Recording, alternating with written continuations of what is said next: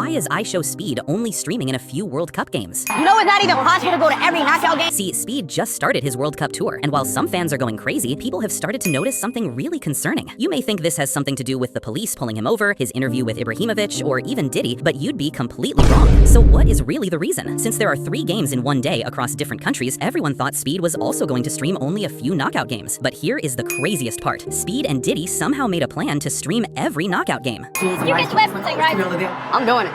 I'm gonna somehow do it. Why did the police pull IShowSteam over in the middle of his own Speed?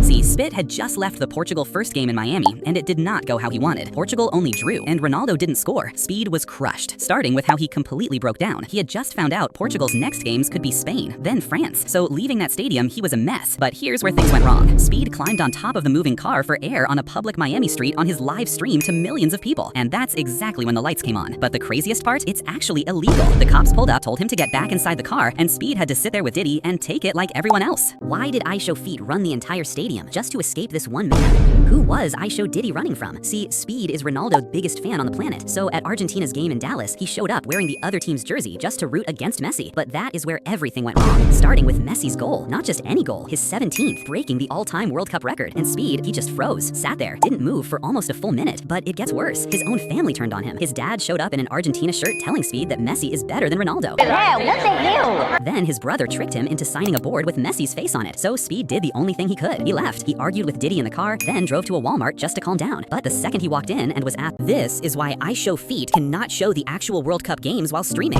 See, Speed goes live in most of the World Cup matches, but instead of showing the actual match, this is why he always points the camera on himself. And even when he tried showing a match once, things didn't go very well. You might think he doesn't have the permission to stream any matches, but you would be very wrong. See, after Speed released his World Cup song, he made a deal with FIFA that allows him free entry in every World Cup match so he can stream it to his millions of fans. However, they banned IShowMeet from showing anything on the pitch to make American viewers pay for the games. Why did an entire country, Canada, turn on IShowSpeed and Diddy during the World Cup?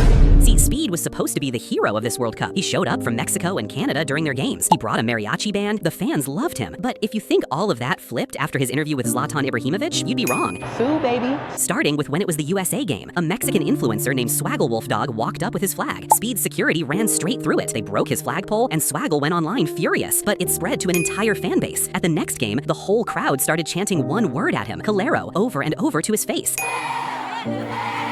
And here's the crazy part. In Spanish, that's an insult. But the craziest part is what Speed did next. He just smiled and waved. He had thousands of people insulting him and Diddy to his face, and he didn't understand a single word. So